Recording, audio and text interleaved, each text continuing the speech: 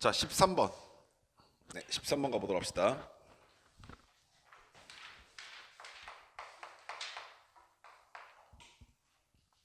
점 A, B가 직선 위에 있을 때라고 했어. 그 직선은 x-2y 그리고 플러스 1은 0이라고 하는 직선이래. 근데 얘 위에 A, B가 있다라고 했으니까 당연히 갖다 대입하시면 식 하나 먼저 찾겠네. 자, 그랬을 때 직선 ax-by는 2다라고 하는 직선이 하나 더 있는데 걔는 항상 P, Q라고 하는 점을 지난다라고 얘기하고 있습니다. 이때 P 플러스 Q의 값을 구하라 라고 했어. 처음에 문제를 읽고 나면 무슨 말인가 잘 느낌이 안 오시는 게 당연한 것 같아. 그래서 순차적으로 한번 가보실 건데 먼저 A, B라고 하는 점이 직선 위의 점이라고 그랬으니까 갖다 대입해 볼 수 있겠죠. 자, 갖다 대입해 보셨으면 A-2B 플러스 1은 0이다 라고 하는 방정식 하나 찾을 거야. 자, 그 말의 뜻은 A는 2B-1로 대체해도 괜찮다라는 얘기겠지. 오케이. 자, 그런 상태에서 이런 상태에서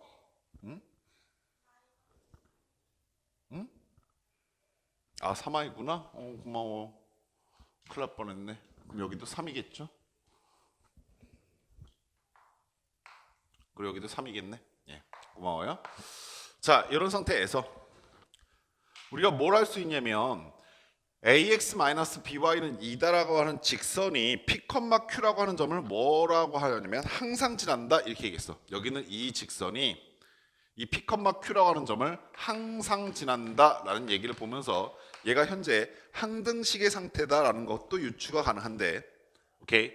자, 그럼 저기가 무슨 항등식일까라고 고민하고 있던 차에 내가 이 직선을 그릴 수 있겠니? 라는 질문을 던져보시면 나는 이 직선을 그릴 수 없다라는 생각을 할 것이고 이유가 뭐야? 라고 생각해 보시면 x하고 y를 모르니까 못 그린다. 이건 말이 안 돼. 우리가 직선할 때는 x에 얼마를 대입했을 때 y 값이 얼마입니까? 보는 게 직선의 방정식이기 때문에 내가 지금 이 직선을 못 그리는 이유는 a가 얼마인지 b가 얼마인지 모르니까 못 그려 이 얘기가 되는 거야. 자, 문제 보시면 아시겠지만 항등식의 성질은 정말 자주 등장하는 개념이니까 여러분 반드시 거기에 대해서 숙지하고 넘어갈 수 있도록 하시기 바래. 아시겠죠? 자, 따라서 A와 B 두 개의 문자를 몰라서 못 그린 상태를 조금 더 우리가 생각하기 편하게끔 바꿔내기 위해서 A라고 하는 문자를 3B-1로 대체 가능하다라는 거를 갖다 대입하게 되는 거야. 따라서 A 자리에 3B-1이라고 하는 걸 갖다 집어넣게 되면 3B-1x 그 다음에 마이너스 by 그리고 2도 넘겨버렸더니 마이너스 2는 0이다라는 직선이 되지. 자, 그러면 이 직선은 아까 전보다 조금 더 우리가 익숙한 직선으로 바뀌게 되었는데, 자, 다시 한번 얘기해보자. 내가 얘를 그리고 싶은데 못 그려. 이유가 뭐야라고 하시면 b 값을 몰라서. 그래서 현재 얘는 b에 관한 항등식이다라고 생각하는 것이 가능하고, 즉 b 값에 관계없이라는 의미가 생길 것이고, 따라서 b를 가지고 있는 것과 b를 가지고 있지 않은 것으로 재정리해 보시면, 자, 여기 3x가 있을 것이고, 자, 여기에 마이너스 y가 있게 될 것이고, 그게 바로 b를 갖고 있는 것들. 나머지 것들은 마이너스 x 마이너스 2는 0이라고 하는 식으로 정리가 가능하지. 얘가 막 바뀌고 있을 테니까 얘가 뭐여야 한다? 0이어야 할 것이야. 마찬가지로 걔가 0이 됐는데 얘가 다른 수가 나면 안 되니까 얘도 뭐가 된다? 0이 된다라는 거 이해하시겠어? 자, 따라서 x의 값은 얼마입니까? 라고 하시면 x의 값은 마이너스 2라는 걸 잡을 수 있을 것이고 3x 마이너스 y가 0일 테니까 y는 3x야. 따라서 y는 마이너스 6이라고 생각하는 것이 가능하겠다. 즉, 이 직선이 항상 지나는 점은 마이너스 2, 마이너스 6이다까지 하시겠니? 문제에서 원한 값은 그 두 개 값의 합을 구해달라고 하였으니까 두 개 값을 더해 보시게 되면 마이너스 8 이렇게 답이 정해집니다. 됐습니까? 이해하셨음? 풀고 나면 풀만하지. 듣고 나면 그런가 보다 하죠. 자, 14번. 14번도 봅시다.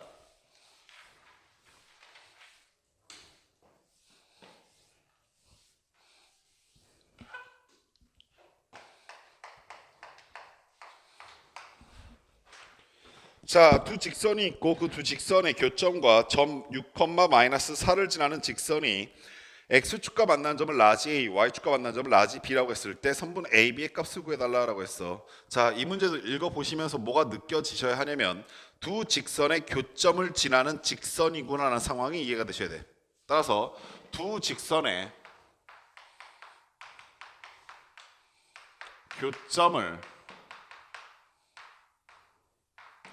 지나는 직선이라는 개념이 필요할 때 우리가 역시 항등식의 개념을 써서 문제를 풀어갔었다. 어떻게 했습니까? 그러시면 직선 하나 갖다 쓰시고 플러스 뭐 K 또는 M 같은 의미의 문자 하나 갖다 놓으시고 다시 직선, 그리고 걔가 최종적으로 0이 되고 있는 상황인 거야. 자, 문제에서 주신 직선은 하나는 x-3y 플러스 7이라고 했으니까 x-3y 플러스 7을 여기다 갖다 놓을 것이고, 두 번째 직선은 3x 마이너스 2y 마이너스 1이라고 했으니까 이렇게 갖다가 배치하시면 될 거야. 그런데 이 직선이, 여기는 이 두 직선의 교점을 지나고 있는 이 직선이 어디를 지난다라고 되어 있냐면 6, 마이너스 4를 지난대. 자, 그럼 이 직선 6, 마이너스 4를 지나야 하니까 x자리에 6, y자리에 마이너스 4를 갖다 집어넣게 되면 k 값이 결정되면서 직선의 방정식이 결정된다 아시겠어? 자, 따라서 x자리 6 갖다 집어넣었더니 6 그리고 플러스 12 그 다음에 플러스 7이 나올 것이고 더하기 k 곱하기, 자 역시 마찬가지 6 집어넣으니까 18이 될 것이고 플러스 8 나올 것이고 그 다음에 마이너스 1 나오면서 걔가 0인 거야. 자, 정리하시면 얘는 25K가 될 것이고, 자 얘네들 다 더해보시게 되면 역시 25인데 넘기니까 마이너스 25지. 따라서 K의 값은 마이너스 1이다까지 하셨냐? 자, K 값이 마이너스 1이면 이제 직사방식 정리해보셨더니 앞에 있는 건 X고 뒤에 있는 건 마이너스 3X니까 마이너스 2X 남을 것이고, 자 플러스 2 마이너스니까 마이너스 Y 남을 것이고, 자 플러스 1 플러스 7이니까 플러스 8 남으면서 직선의 방정식이 결정된다. 이 직선에 뭘 구해달라고 했냐면 x축과 만난 점을 라지 A, y축과 만난 점을 라지 B라고 했으니까 x좌표는 y좌표잖아. 따라서 x좌표는 얼마입니까? 그러시면 y값 지웠더니 x좌표는 4라는 거 알 수 있을 것이고 y좌표는 x 지우니까 8이라는 거 알 수 있어. 자, 그랬을 때 A, B의 길이라고 했으니까 우리 x좌표과 y좌표 체크해 보시면 여기가 4고 여기가 8이다라는 얘기인데, 내가 현재 구하고 싶은 것은 이렇게 지나고 있는 직선의 길이지. 이건 뭐 피타고라스 정했으면 금방 나오지 않니? 여기까지 길이는 얘 제곱하니까 16이고 플러스 64 거기에 루트 씌우시게 되면 70, 80일 것이고, 오케이? 80은 16 곱하기 5니까 4루트 5 이렇게 구해지게 된다라는 얘기입니다. 됐습니까? 15번 16번 봅시다.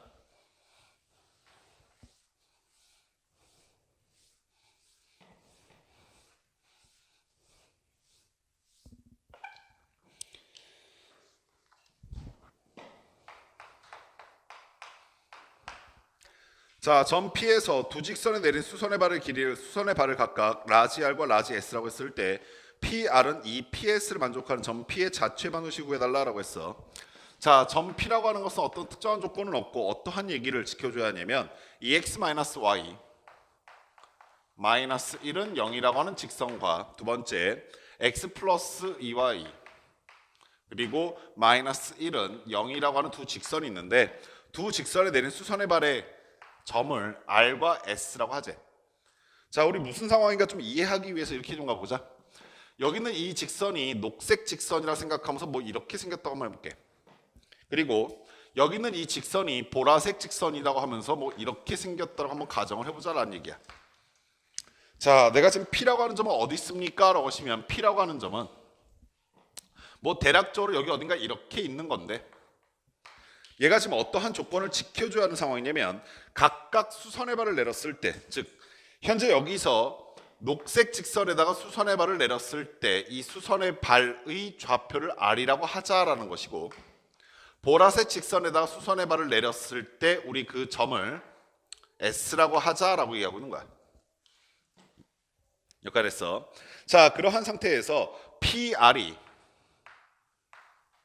같다, 뭐와 같냐라고 하시면 2배의 PS와 같다라고 얘기가 되어 있잖아. 뭐 보면은 PS가 좀 길어 보이긴 한데 그건 사실 문제 푸는데 크게 대세의 지장은 안 주잖아. 오케이? 자, 그럼 내가 이걸 어떻게 구해야 될까라고 하시면 일단 여기 있는 수선의 발의 길이를 구하는 것 자체가 점과 직선 사이 거리 구하면 되겠다, 이해하시겠어? 따라서 이 점의 좌표가 얼마인지 알아야 할 텐데 그 점의 좌표는 현재 모르니까 x, y라고 둘 거야. 큰 의미에서 얘 역시 자체 방정식이 돼. 됐냐?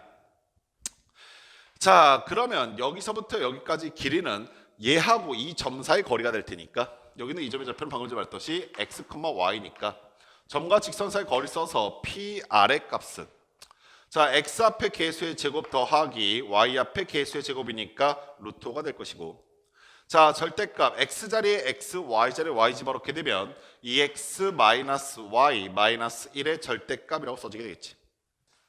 됐어요. 자, 이 PS는 2배를 갖다 쓰시고 그리고 PS 값을 구하시면 될 텐데 PS는 하늘색 점에서 보라색 직선까지의 점과 직선 사이 거리니까 역시 동일한 방법으로 점과 직선 사이 거리 구해보시면 루트 x 앞에 계수는 1, y 앞에 계수는 2니까 제곱하면 4. 자, 역시 x자리에 x 집어넣고 y자리에 y 집어넣으면 x 플러스 2y 마이너스 1의 절대값 씌우시면 되지. 정리하시면 양변 루트 5는 뭐 똑같이 있으니까 지우시면 될 것이고 자, 얘는 2가 하나 곱해져 있을 뿐이지 사실 절대값 푸는 방법은 똑같다. 안에 있는 거 그냥 한번 끄집어내서 정리하시고 그 다음엔 부호 하나 바꿔서 끄집어내면 그만인 거야. 따라서 이번에 그냥 나왔더니 2x 마이너스 y 마이너스 1은 여기 나오면서 2배씩 곱해주니까 2x 그 다음에 플러스 4y 그 다음에 마이너스 2라고 쓰시면 되지. 정리해보시면 x는 사라지고 y는 마이너스 1 이렇게 되겠네. 오케이. 자, 그래서 5y는 플러스 미안해 5y는 플러스 1이 되니까 y는 5분의 1이라고 하는 직선이 하나 나온다는 얘기야. 자, 이번엔 부호 바꿔서 가보시니까 2x 마이너스 y 마이너스 1은 자, 부호 바꿔서 마이너스 2x 마이너스 4y 그 다음에 플러스 2라고 정리가 될 것이고 넘겨서 정리해 보셨더니 4x 그 다음에 플러스 3y 그리고 마이너스 3은 0이라고 하는 직선이 된다라고 하면서 하나는 y는 5분의 1 그 다음에 하나는 3x 플러스 3y 마이너스 3은 0이라고 하는 두 개의 직선을 다 써주셔야 정답입니다. 됐니요? 이해하셨어? 자, 그리고 선생님 지금 풀고 있는 모습 보면서 너희가 반드시 느껴야 될 게 뭐냐면 공식 쓰는데 거침없다는 거 정확하게 인지해. 선생님이 증명해 드리는데 다 반드시 이유가 있고 너희들한테 그런 공식이 있다라는 거를 잘난 체하고 싶어서 알려드리는 게 아니야. 즉 어떠한 특정 상황이 되면 빠르게 공식 적용시켜서 응용할 수 있어야 돼. 아시겠어? 자, 또 다음으로 갑시다. 17번 18번 네, 18번 봅시다. 그럼 미리 물어볼게. 19번 20번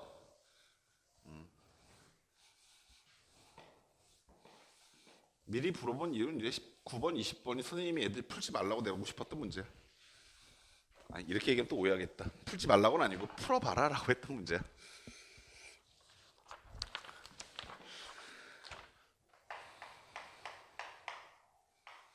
자, 18번 문제 갑시다. 오른쪽 그림에서 라지 A의 좌표가 2,2분의 5인데 그 점 A에서 직선 x 플러스 2y 마이너스 2는 0에 되는 수선의 발을 H라고 했을 때 H의 좌표 구해달래. 그러면서 뭐 친절하게 그래프도 주셨는데 자, 여기는 이 직선은 x 플러스 2y 그 다음에 마이너스 2는 0이라고 하는 직선이야. 뭐 보시다시피 당연히 x 절편은 2고 y 절편은 1이다라는 것도 뭐 그려져 있으니까 알 수 있고 점의 위치도 친절하게 잡아주셨는데 A라고 하는 점은 여기 있다라고 얘기하고 그 점의 좌표는 2,2분의 5란다. 내가 지금 구하고 싶은 건 뭐냐면 얘가 수선의 발을 내렸을 때 만나는 수선의 발의 좌표 구해달라는 거지.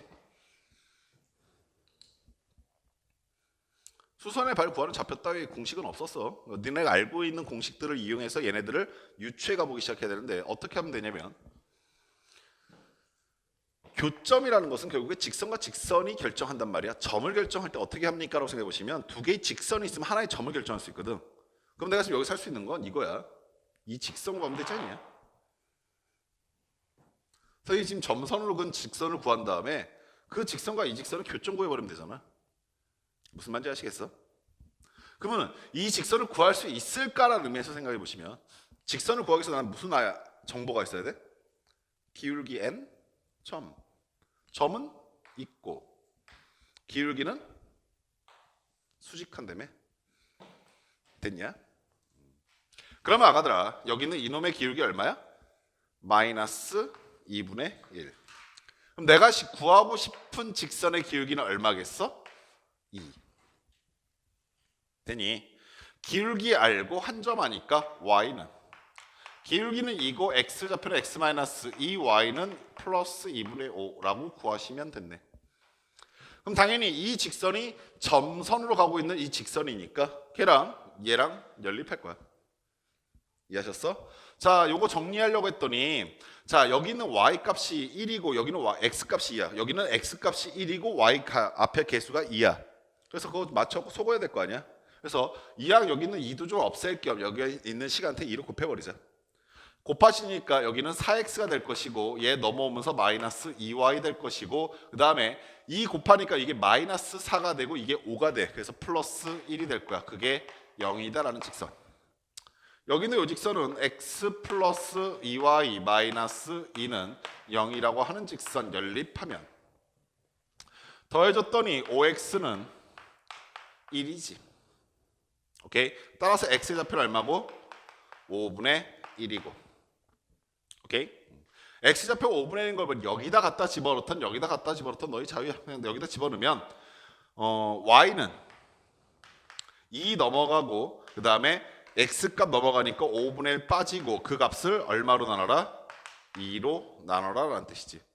계산해 보시면 여기가 5분의 10이니까 5분의 9 나올 거고 10분의 9 나오겠네. 따라서 y값은 10분의 9 이렇게 되시겠다. 이해하셨어? 따라서 문제에서 구한 값이 뭐였냐면 뭐야 틀렸네? 어디 틀렸지? 나 정말 창피하게 또 어디 연산 틀렸니? 빨리 찾아봐.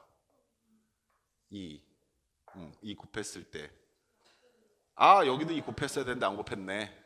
그죠? 그러면은 상수가 2가 아니라 얼마니? 마이너스 4가 아니라 마이너스 8이죠. 마이너스 8이고 5니까 마이너스 3이 되네요. 밑에 거였나? 이거 위에 거 맞죠? 마이너스 3 이렇게 되죠. 아이고 그놈의 연산 좀 암산하겠다고 해서 틀렸어. 창피하게. 얼마입니까? 5x는 마이너스 x가 1 나오네요. 이렇게 기쁠 수가. x가 1인 것 갖다 집어넣으시면요 y는 얼마 나옵니까? 2분의 1 나옵니까? 오케이. 그래서 그 점의 좌표는 1,2분의 1 이렇게 구해지게 됩니다. 됐습니까? 어차피 아까 전에 다 확인했으니까 19번, 20번 바로 연속적으로 갈 건데 19번하고 20번은 선생님이 지금 막 이렇게 너네가 이상하게 생각할지 모르겠지만 18번, 17번 이런 문제는 점수 주려고 냈던 문제예요. 실제로 그래요. 그러니까 너희들이 공식 하나 제대로 유도하고 있으면 그러면 빠르게 씩 웃으면서 아이고 선생님이 이렇게 해서 문제를 던져줬네 라고 생각할 수 있었던 문제인데 그래서 오늘 점수 잘 안 나온 친구들은 공식이 익숙하지 않던 아니면 문제의 상황이 익숙하지 않던 아무튼 익숙하지 않은 게 분명히 있다는 얘기야. 그러니까 너네가 살았던 일주일이 너희 생각엔 되게 열심히 살았을 것 같지만 아니라는 거지. 아시겠어? 그러니까 더 열심히 사세요. 그리고 선생님이 아까 전에 잠깐 얘기했었는데 요즘에 가장 핫한 게 너네 드라마 보니? 아 그래? 나 잘 안 보는데 선생님 드라마 잘 안 보는데 뉴스를 자주 보다 보면 요즘 핫한 드라마 중에 하나가 스카이캐슬이잖아. 얘기 들어본 적 있어? 본 사람 스카이캐슬. 재밌어? 그게 요즘에 되게 핫한 이유 중에 하나가 현실을 반영했느냐 안 했느냐 갖고 얘기가 되게 많더라고. 근데 그거에 관련돼 있는 유튜브의 내용들도 되게 많아. 그러니까 어떤 사람이 와서 얘기하시는 걸 들어보면 스카이캐슬이 너무 허구 아니냐라는 게 얘기가 나왔었는데 그분의 말에 의하면 허구가 아니라 실제가 더하다라는 얘기를 되게 많이 해. 다른 사람들도 실제가 더하다. 어떤 면에서 실제가 더하냐라는 건데 선생님 뭐라 드라마를 정확하게 안 봐서 정확하게 무슨 내용인지 잘 모르는데 대충 듣기로는 그 학생 종합에 대한 그러니까 학생 종합 전형에 대한 내용이라며. 그래서 스펙 쌓기나 뭐 학교의 내신이나 이런 활동을 어떻게 준비해야 되느냐. 모르겠다. 우리 고등학교 1학년 학생들 입장에서는 난 어차피 서울대 안 갈 거니까라고 생각할 수도 있을 것 같아. 난 어차피 서울대 안 갈 거니까 뭐 스카이캐슬이 어쨌든 상관없어 이렇게 생각할 수도 있을 것 같은데 우리나라에서 서울대가 갖는 의미는 얘들아 서울대가 그렇게 가면 다른 대학교는 그렇게 가고 싶은데 비슷하게 갈 수밖에 없다는 의미야. 그러니까 다른 데는 다르게 간다는 의미가 아니라 우리나라 서울대가 일로 가겠다라고 하잖아? 그럼 다른 대학교는 난 이쪽으로 갈래가 아니야. 나도 일로 가고 싶은데 어차피 서울대가 제일 좋은 애들은 다 데리고 갈 테니까 난 요 정도 가면 돼. 이렇게 얘기하고 있는 거야. 무슨 말인지 알겠어? 즉 서울대가 학종이 뭐 경쟁이 치열하다라든가 뭐 이런저런 얘기가 나오기 시작한다는 얘기는 다른 학교들도 비슷하다는 얘기일 것이고 더더군다나 선생님 되게 우울한 거 하나 봤었던 게 최근에 종합반 그러니까 그 재수 종합반 학원들이 굉장히 잘 나간대. 재수생이 많다는 얘기지. 그러니까 학생들이 점점 줄어서 너희 때가 되기 시작하면 사실 요때쯤 되면 대학교 입학자 수와 학교 졸업자 수 중에서 누가 더 많을 것 같니? 너희 때도 마찬가지야. 너희 윗선배도 마찬가지였었어. 대학교 입학자 수와 고등학교 졸업자 수 중에서 누가 더 많을 것 같아? 입학자가 더 많아. 되게 아이러니하지? 너네 때 지금 졸업하는 고3들이 신입생 수겠지? 걔들 기본적으로 다 졸업한다고 가정하면 44만? 뭐 이래. 이게 되게 많이 줄었어. 불과 한 10년도 채 안 됐는데 선생님이 기억하기로 2010년도만 하더라도 거의 60만이었었거든 졸업자가 고등학생 수가. 근데 그 사이에 한 10만 명 이상이 증발해 버렸어. 그리고 점점점 더 줄어.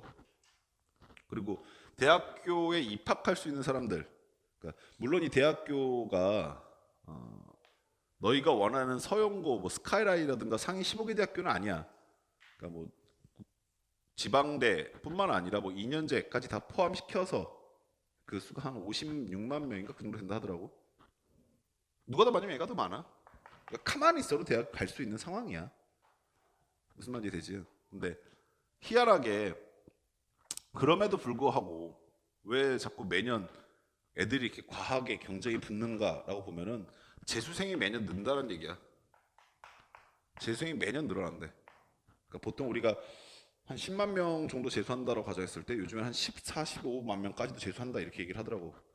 그러니까 그곳에서 내가 들었던 얘기가 뭐였었냐면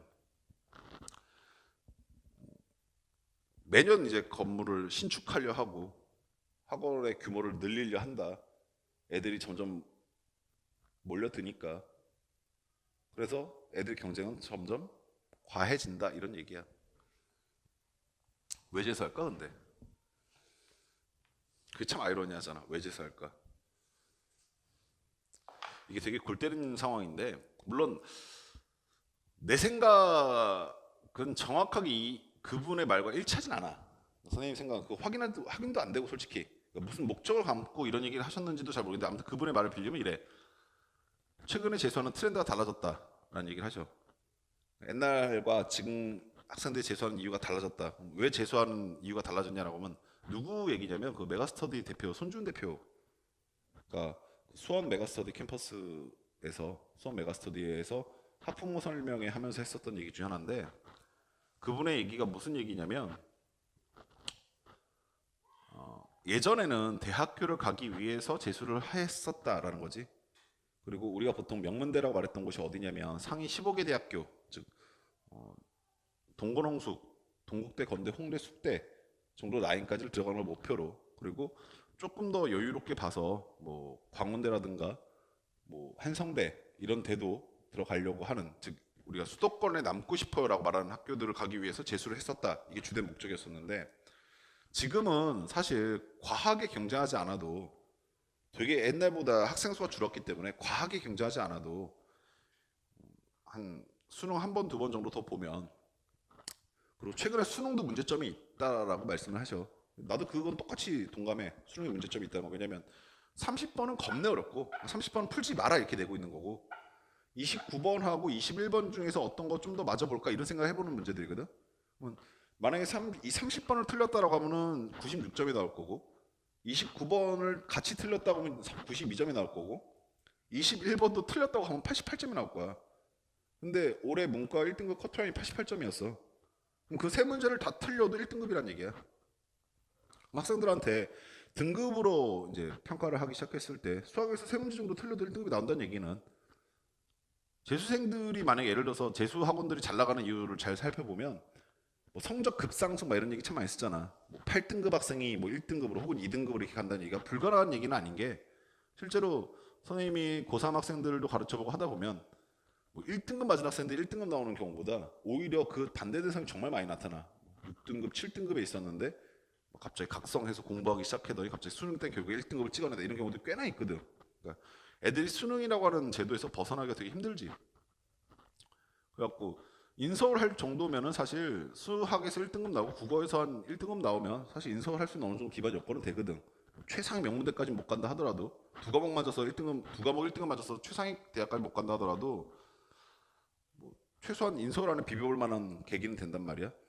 그렇기 때문에 재수생이 나타나는데 이게 요즘에 재수하는 트렌드가 어떻게 달라졌냐면 그것도 싫다야. 그러니까 인서울도 싫다야. 그러니까 이분의 말은 이래. 이게 정말 사실일지 아닐지 나도 잘 모르겠어. 근데 가능성은 있어 보인다 정도야. 선생님 생각은. 점점 4차 산업혁명 시대로 넘어가고 있다라고 얘기를 하잖아요. 그럼 4차 산업혁명 시대는 뭘까라는 건데 점점 너희들의 일자리가 없어져 간다는 얘기를 의미해. 너무나 당연해. 없어진 이유는 너무나 뻔한 게 기계들이 대체하기 시작할 거야. 인공지능이 대체하기 시작할 것이고 그리고 향후 뭐 10년 또 길게 봤을 때 20년 안에 사라진 직종들이 굉장히 많아. 직업들이. 대표적으로 회계사 이런 직업들 같은 경우는 20년 안에 없어질 첫 번째로 꼽히는 그런 직업으로 꼽히고 선생님들도 마찬가지고 교사라고 하는 직업도 역시 사라지는 직업들 분 중에 하나 있어. 그것뿐만 아니라 단순 제조업. 최근에 코스트코라고 하는 그 식료품점에서 그 뭐라 그래? 뭐 이렇게 마트 같은 데잖아. 너네 코스트코에 있는 피자 먹어봤니? 그 피자 기계가 만든다는 거 알고 있었니? 애들 표정 보니까 몰랐네. 그 피자 기계가 만드는 거래. 사람 손이 닿지 않는데 그 도우가 이렇게 알아서 펴지면 기계가 거기에다가 토마토 소스 뿌리고 치즈 뿌리고 그러면서 자기가 알아서 구워가지고 포장이 쭉 되고 나온대. 그러니까 피자 만든 사람들 역시 이제 직업을 잃어가기 시작했고 이에 저의 뭐 최근에 이제 또 이제 그 아마존, 그러니까 미국에 있는 아마존이라는 곳을 보면은 드론으로 배달을 하겠다라는 얘기가 나오면 또 택배하시는 분들도 직업군을 또 잃어가겠지. 그러니까 점점점 일자리를 잃어간다라는 것은 참 어떻게 보면 경쟁이 또 다시 한번 과하게 붙어가 가뜩이나 지금 현재도 직업 취업이 잘 안 된다 이런 일을 하고 있는데 이 취업이 안 되는 상황 속에서 또 다시 일자리마저 또 없어져 간다라고 얘기하면 진짜 일할 곳이 없는 거지. 그러니까 기계한테 대체되지 않는 직업군들만 살아남을 것이다. 우울하잖아요, 이거죠. 이거를 미리 염두하는 즉 선택적 재수가 늘고 있다라고 보시더라고. 그러니까 자신이 어정쩡하게 상위 15개 대학교를 나와서 그래도 백수가 되는 건 변함이 없으니까 최근에 두 가지 트렌드는 하나는 아예 공무원으로 빨리 가버리자. 구급 공무원을 그냥 대학교 졸업하고 보지 말고 고3 때 준비해서 수능 대신에 공무원 시험 보자. 그러면 남들이 대학교 졸업하고 사회에 진출할 순간 정도 되면 이분이 그동안 4년 동안 5년 동안 일했던 호봉이나 이런 것들이 인정되기 때문에 훨씬 더 나은 상황이 된다. 이런 전략이 하나 쓰고 있고 공무원 시장은 지금 굉장히 호황이야. 실제로 엄청난 호황이야. 인강 수강료만 한 300만 원, 200만 원 이상 300만 원 사이로 받을 정도로 굉장히 호황이고 두 번째 전략은 기계가 아무리 대체해봐라 인간을 완벽하게 100% 대체할 수는 없잖아. 그럼 아예 자신을 조금 더 높은 위치에 그런 직업군으로 바꿔놓겠다 이 얘기지. 더 전문적인 직업군, 뭐 의사라든가 아니 뭐 사실 이건 좀 왈가왈부 말이 많은데 뭐 판사나 변호사가 대체될 수 있는 직업이냐 아니냐 이런 건 참 말이 많은데 어떤 사람들은 대체될 거라고 보는 사람들도 있고 어떤 사람들은 안 될 것이라고 생각하는 사람들도 있고 여러 가지 있거든. 그래갖고 그런 직업군들을 갖기 위해서 자신의 대학을 바꾸는 선택을 하고 있다. 그래서 학생들이 연대를 다니다가 고대를 다니다가 혹은 뭐 성균관대 이런 데 다니다가 선택적으로 재수를 한다. 자신의 한 번 더 가치를 업그레이드하기 위해서. 그래갖고 재수 학원이 굉장히 호황이다라고 얘기를 하시던데 내가 이 얘기를 왜 갑자기 하냐면 난 가끔 그런 게 좀 아쉬울 때가 더러 있다. 뭐냐면 재수생들하고 가끔 혹은 선생님 제자들 중에서도 이제 필수 그러니까 어쩔 수 없이 피치 못하게 필수라기보다는 피치 못하게 재수를 하는 친구들이 있잖아. 너희 선배들 중에서도 재수라는 걸 하고 싶어서 하는 사람 어떻게 솔직히 선생님 그렇게 생각하거든. 다 대학교 갈 수 있으면 가겠지라고 생각하는데 요즘에 그걸 이제 그것도 아니다라고 얘기하고 계시니까 거기서 이제 의문점이 찍히는 건데 아무튼 선생님 제자들 중에서 재수를 하는 친구들 이렇게 보면 그렇게 똘망똘망하게 무언가 조언을 바랄 때가 되게 많아. 어떻게 해야 하나요? 내가 이걸 다시 한번 겪고 싶지 않은데 그러려면 어떻게 해야 하나요? 그러니까 예를 들어서 뭐 아침에 일어나는 것부터 시작해서 너네가 하루에 공부하는 것들을 어떻게 해라라는 것들을 대략적으로 그냥 자세히도 아니고 그것도 뭐 굳이 찾아보지도 않고 그냥 대략적으로 그냥 그렇게 해라고 하면은 그걸 정말 철칙같이 지키는 친구들 되게 많거든. 재수하는 애들 왜 그러냐라고 생각해 보면 실패를 경험해 봤기 때문에 그렇다라는 게 사실 뭐 되게 당연한 건데 내가 우리 애들한테 말한 건 너희도 그런 실패를 꼭 겪어봐야만 각성을 할 거냐라는 게 가끔은 항상 좀 안타까워. 사람이니까 실패를 경험해야지 각성해야 하는 게 맞는 건가? 아니면 미리 좀 말을 해주면 덜 겪을 수 있진 않을까? 미리 말해주면 혹시 그러니까 100%다 각성은 못하더라도 10명 중에 1명이라도 10명 중에 2명이라도 얘네들이 각성해서 미리 이렇게 상상해 보면서 아 그건 안 되겠다 생각이 들고 바꿔볼 수 있으면 더 좋지 않을까라는 생각으로 계속 이런 테스트나 아니면 선생님 수업 시간에 하는 잔소리나 뭐 이런 것들을 통해서 좀 각성해 보려 하는 건데 이렇게 얘기를 해도 다 바꾸지 못한다는 걸 알고 있어. 여기 있는 친구들 다 바꾸지 못해. 근데 이건 분명해. 바뀌는 사람은 나와. 그게 누군지 모를 뿐이지 바뀌는 사람은 항상 나와. 그리고 내가 너희한테 당부하는 건 그게 각자한테 너이길 바래. 정말 재밌는 게 선생님이 어떤 얘기를 하면 어떤 친구는 집에 가서 그거를 꼭 다시 한번 되새겨보고 엄마한테 꼭 얘기하면서 엄마 나 이렇게 이렇게 선생님이 얘기했으니까 나 이렇게 하게 도와줘라고 말한 친구가 있는 반면 어떤 친구들은 그냥 집에 가면 오늘 하루는 끝났다는 생각과 함께 뭐 어쩌라고 라는 생각에 다 잊어버린 경우들도 있어. 그러니까 똑같은 수업을 듣고 똑같은 걸 하더라도. 근데 거기다 대고 내가 뭐 내가 한 얘기를 잊어먹는 친구들을 미워할 이유는 별로 없어. 왜냐면 그 친구들 학원 오래 다닐 거니까. 그렇지 않겠니? 앞으로 미래의 잠재국이 되실 분들이 내가 잘해드려야지. 그런 분들은 사실 각성을 빨리 하고 공부 정말 열심히 잘하는 친구들은 오히려 내 입장에서 손해일 수도 있어. 얘네가 학원의 도움 필요 없이 자기 일을 스스로 할 수 있는 친구가 된다는 얘기는 학원 입장에선 잠재 고객을 잃는 거거든. 그러니까 안타깝지. 공부 진짜 잘하고 열심히 성실하는데 얘가 이제 혼자서 해보겠다고 가네. 안타깝네 이런 생각이 드는데 그러지 못할 애들은 무서우니까 그만 못 둔단 말이야. 아 내가 학원도 안 다니면 어떻게 나 쓰레기 될 건데 뭐 이런 게 못 다니고 이제 못 끊고 계속 다니게 돼. 그러니까 너희들이 각성하지 않기를 바라는 게 어떻게 보면 내 이득을 위해서는 좋은데 가르치면서 답답해. 막 애들 왜 못 알아듣지 마 이런 생각에. 그러니까 오늘 지금 당장 왜 지금까지 못 알아들었냐라고 난무하고 싶은 생각이 아니라 오늘이라도 또 한 명이 더 깨우쳤으면 좋겠어. 오늘이라도 한 명이 더 깨우치고 앞으로 너네한테 일어날 일이 무엇이다라는 걸 좀 예상해보고 상상해보고 4차 산업혁명이 너희 때는 없겠냐? 당연히 너희 때는 더 심하겠지.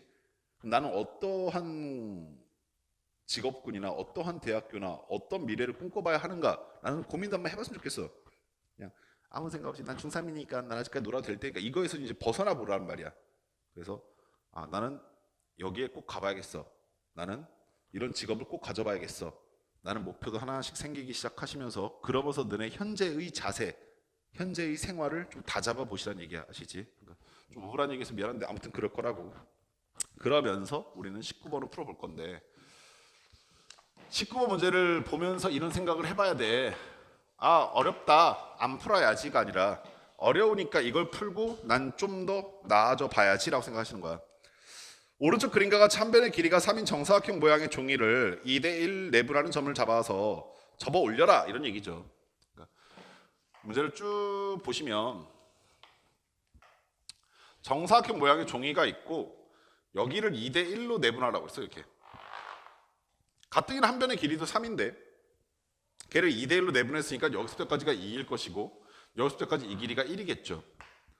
그리고 난 다음에 어떻게 해버렸냐면 얘를 잡아서 여기 있는 이 부분을 잡아서 여기다 갖다 붙였어요. 그러니까 이렇게 직각이 되겠죠. 이거 중학교 때 몇 번 해보셨을 거라 믿는데 이렇게 갖다 접으면요. 여기 보이시는 녹색 사각형과 여기 보이시는 하늘색 삼각형과 이 두 개의 삼각형이 뭐예요? 합동일 수밖에 없죠. 접었으니까. 그런 의미에서 다시 한번 생각해 보면 여기가 직각인 게 자명하니까 여기가 직각인 것도 자명하지요. 여기까지 아시겠어요? 그렇게 되어 놓고 뭐라고 얘기했냐면 세 점 B와 C와 D에서 직선 A, B'에 이르는 거리래요. A, B'은 어디냐면 A는 여기고 여기가 A고 B'은 여기를 B'이라고 얘기했단 말이야. 근데 이 문제가 선생님도 어저께 고민 진짜 많이 했거든요. 어떻게 풀어야 돼? 그리고 중학교 때 이런 도형과 관련된 안 좋은 추억이 되게 많아 사실 애들한테. 중학교 때 진짜 이상한 유클리드 도형 많거든. 중2 때 특히 막 접어서 올렸더니 이변과 이변이 같고 거기서 뭐 연장선을 이렇게 그어서 보니까 걔가 뭐 SSS 합동이고 막 이러면서 상상치도 못한 도형의 전개를 막 한 다음에 짜잔 이러면서 얘는 2루트 2 뭐 이렇게 나가버리면 뭐야 막 이런 생각이 들면서 이제 수학을 본격적으로 때려치기 시작하는 게 이 순간이어서 이것과 비슷한 도형이 나오면 애들이 이제 막 악몽이 떠오르면서 아 풀기 싫다. 그러니까 아까 선혜도에 보니까 우리 선혜 오늘 방송 많이 타네, 그지? 예, 아까 아예 안 건드렸더라고. 근데 안 건드렸던 친구들 이해가 되는 게 문제 보면서 아 악몽이 좀 있었겠구나 생각이 들었었어. 안 건든 사람 되게 많아요, 실제로. 내가 여기서 이제 말해주고 싶은 게 너네가 그 악몽에서부터 조금씩 이제 나아가려고 할 때 고등수학이 너희한테 어떤 무기를 주는 거냐면 선생님이 해석기하학이라고 하는 단원을 즉 좌표평면이라고 하는 단원을 너희한테 소개하면서 얘는 기존에 배웠었던 도형이라고 하는 것을 너희들한테 하나 더 진보시키려 가르치는 거다라고 얘기했어요. 그러니까 괴롭히려 가르치는 게 아니라 예전에 너네가 어떻게 할지 몰랐던 막 불안했었던 것들을 어떠한 기준을 제시하면서 이렇게 풀어봐라라고 하는 기준을 제시하는 거라고. 그게 뭡니까? 그럼 좌표평면이야. 내가 도형을 보면서 모르겠으면 어디로 옮겨봐라? 좌표평면을 옮겨봐라야. 무슨 말이겠어? 그리고 이게 되게 강력한 힌트 하나 줬는데 그게 뭐냐면 선분 A, B'이 아니라 뭐라고 돼 있어? 직선 A, B'이라고 돼 있어. 직선이라고 하는 정의는 끝에서 끝까지가 아니라 이 방향으로 계속 나아간다는 뜻이잖아. 이해되셨니? 그런 의미에서 우리가 얘를 좌표평면에 옮겨볼 때 나는 여기 있는 A라고 하는 점이 원점이 되게끔 배치시키겠다라는 얘기야. 이 말 이해하시겠어? 여기까지 됐어? 됐니? 그리고 우리 재밌는 거 하나 볼래? 그럼 선생님 이거 직선은 어떻게 구하는데요? 일단 이건 분명하지. 0,0 지나니까 뭐만 알면 구할 수 있어? 기울기. 기울기는 어떻게 되지? 라고 하면서 자연스럽게 눈에 들어오는 게 여기 있는 이 보라색 선이 뭘까라는 생각이 되게 시작한 거야. 쟤만 알면 되거든. 얘만 알면 기울기 찾을 수 있는데 내가 지금 여기서부터 여기까지 이 길이가 2라는 걸 알고 있어. 그러면 얘를 알기 위해서 이 길이를 구하려면 얘를 알던가 아니면 이 길이를 알아야 되거든. 근데 걔는 아까 말했듯이 접에 올라갔기 때문에 이 부분과 똑같아. 그치? 여기 3이야. 그럼 보라색 길이 구했다. 얼마니? 9-4 루트 5란다. 이해하셨어? 그러면 나는 빨간색 직선을 구했단다. 어떻게 해요? 라고 하시면 y는 기울기가 x가 2 증가했을 때 y는 루트 5 증가하고 있으니까 y는 2분의 루트 5x야. 자, 어떤 점에서 각각 그 직선까지 거리 구해달라고 했냐면 B, C, D인데 B는 여기 있고요. C는 여기 있고요. D는 여기 있어요. 좌표 평면을 옮기니까 B, C, D라는 점이 좌표에 그냥 보여요. 얘 얼마입니까? 라고 하시면 3,0이고요. 얘 얼마입니까? 라고 하시면 3,3이고요. 얘 얼마입니까? 라고 하시면 0,3입니다. 그 다음부터는 고민도 안 돼요. 사실 이거 유클리드 기하학으로 풀려고 하면 여기서 수선의 발 내린 다음에 또 직각삼각형 찾아서 닮은 비 찾고 뭐 이지랄 떠야 되는데 지금 우리 그런 게 이제 걱정이 안 돼요. 왜요? 해석 기하학이니까. 점과 직선 사이 거리 공식 알고 있으니까 그냥 갖다 대입만 하면 돼요. 이제 정리 좀 합시다. 2 곱해서 넘겼더니 루트 5x 마이너스 2y는 0이라고 하는 직선과 3,0 사이 거리와 3,3 사이 거리와 0,3 사이 거리를 구한 다음에 더하라 이 얘기잖아요. 분모는 다 저 x 앞에 개수합 제곱과 y 앞에 개수의 제곱의 합일 테니까 루트 제곱하니까 5 제곱하니까 4 그러니까 9네요. 여기는 첫 번째 놈은요 3, 0 집어넣으니까 첫 번째 놈은요 3 루트 5가 나오는데 걔는 절대값 밖으로 그냥 나오겠죠. 두 번째 놈은요 3, 3 집어넣으니까 하나는 3 루트 5, 하나는 6이 나와요. 근데 3 루트 5 마이너스 6인데 여기 절대값이 씌워져 있어서 이게 양수면 그냥 나와도 되고 음수는 부호 바꿔야 되거든요. 둘 다 루트 안으로 집어넣어서 비교해 보니까 얘는 얼마냐면 9, 5, 45예요. 얘는 36이고요. 그러니까 45가 더 커요. 그러니까 그냥 나와도 된다 이 얘기예요. 그래서 플러스 3 루트 5 마이너스 6 이렇게 나오시겠죠. 0,3 갖다 집어넣으니까 마이너스 6이거든요. 마이너스 6 절대값이었으니까 플러스 6 이렇게 나와야 된다고요. 정리해 보시면 날라가고요. 얘만 남아요. 얘는 3이니까 약분해 보시면 얘는 6 루트 5를 3으로 나누면 얼마입니까? 2 루트 5 이렇게 결론 지을 수 있게 되는 겁니다. 좌표 평면 위로 옮겨본 친구들은 이 문제를 그래서 풀어갔을 거예요. 근데 좌표 평면 위로 안 옮겨보시고 이 상태로 그냥 어떻게든 풀어보려 했던 친구들은 엄청난 좌절감을 맛봤겠죠. 다시 한번 말하지만 19번은 무슨 의미를 담고 선생님이 다시 그 출제를 한 거냐면 애들이 이제 해석기하고 좀 받아들였을까? 그러니까 해석기하기 너희를 괴롭히려고 공식을 막 쏟아내고 있는 게 아니라 점과 직선 사이의 거리, 점과 점 사이의 거리 뭐 이런 걸 너희 괴롭히려고 가르쳐주고 있는 게 아니라 너희가 어떤 도형에서 더 이상 어떻게 건들 수 없었을 때 그때 너희가 자연스럽게 좌표 평면을 이용해 보면서 알고 있던 공식을 이용해 봐라라는 의미를 담고 있는 문제예요. 이해하시겠습니까? 자, 20번으로도 가봅시다.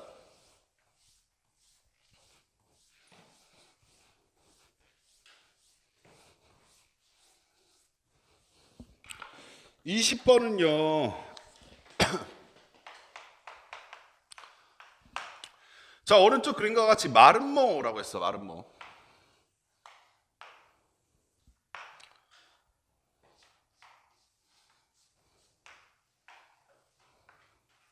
자, 이렇게 생긴 마름모가 있대요.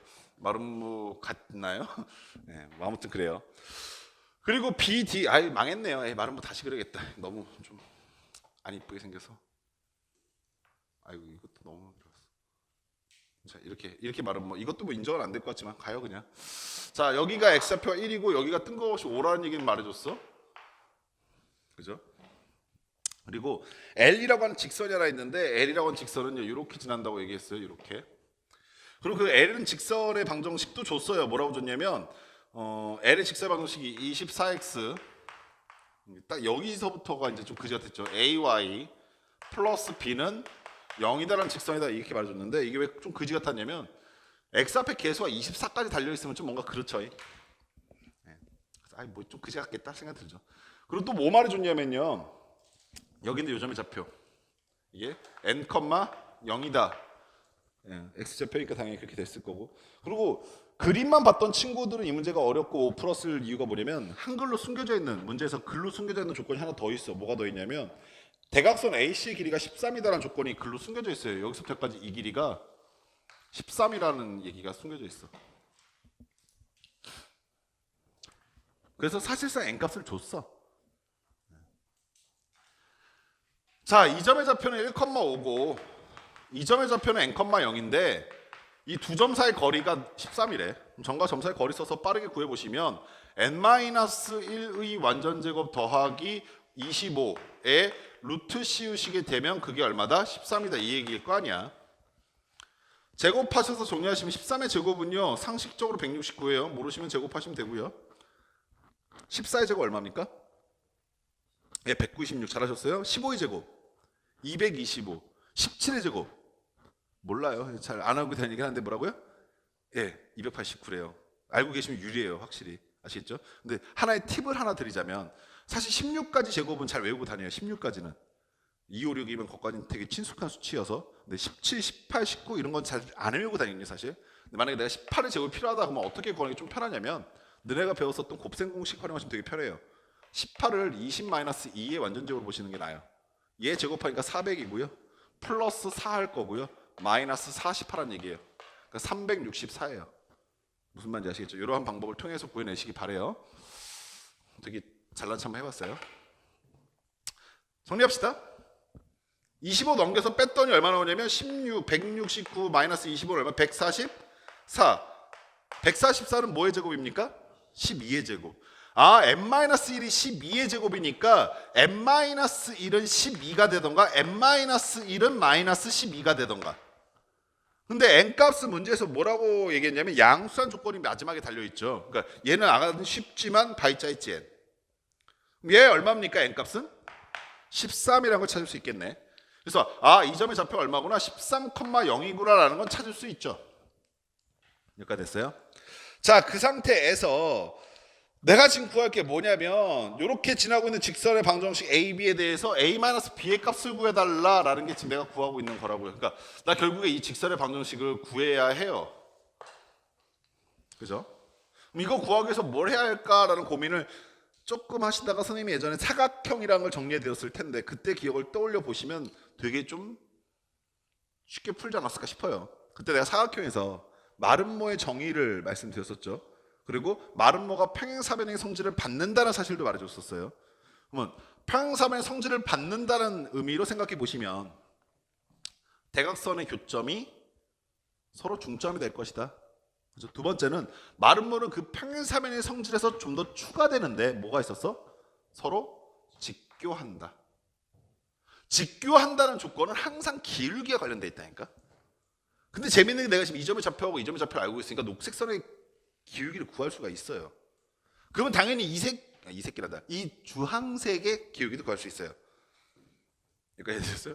예림이 욕하지 말라고. 아유, 선생님 가짜게 욕하지 마세요 그러더라고요. 저한테 안 어울려 하지마 말하면서. 언제가 다시 어울리는 사람이 꼭 돼야 되는데. 자, 그러면 이 점과 이 점을 지나고 있는 직선의 기울기는 x의 증가량은 10이고요 y의 증가량은 마이너스 5야. 이게 기울기란 말이야. 그럼 내가 구하려고 하는 이 직선의 기울기는 얘랑 곱해졌을 때 마이너스 1이 나와니까 얼마야?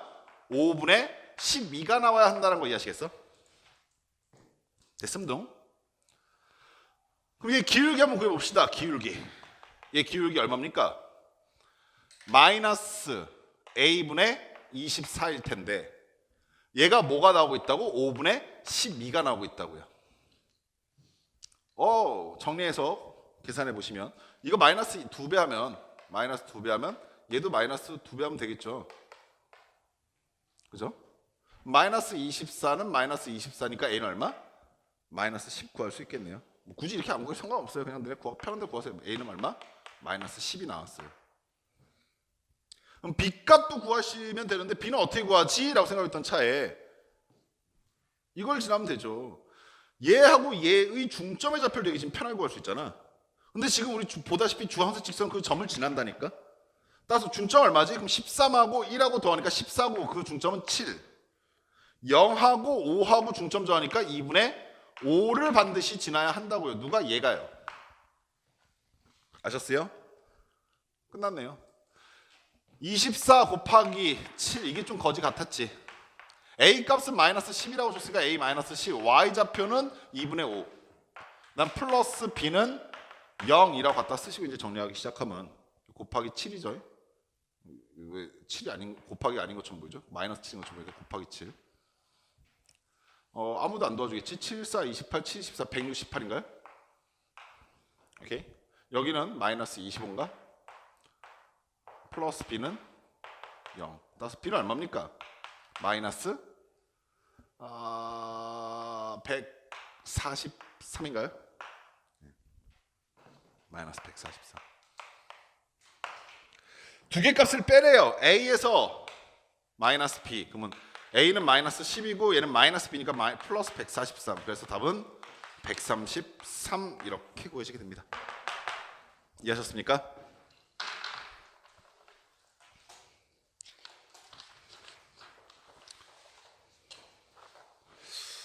잠깐 쉬었다가 이제 원의 방정식 나갈 건데 원의 방정식부터는 또 직선의 방정식과 완전히 다른 세상이 또 한번 시작돼. 그러니까 우리가 이번 방학 동안에 선생님과 같이 하는 굉장히 중요한 두 단원 중에 하나가 하나는 직선의 방정식, 두 번째는 이제 원의 방정식 시작되는 건데 이 고등수학 상에서 하는 이제 또 다음 달에 나오고 원의 방정식은 직선의 방정식과 전혀 관계가 없다라고 할 수는 없지만 또 직선의 방정식 모르면 원의 방정식 이해할 수 없다는 아니야.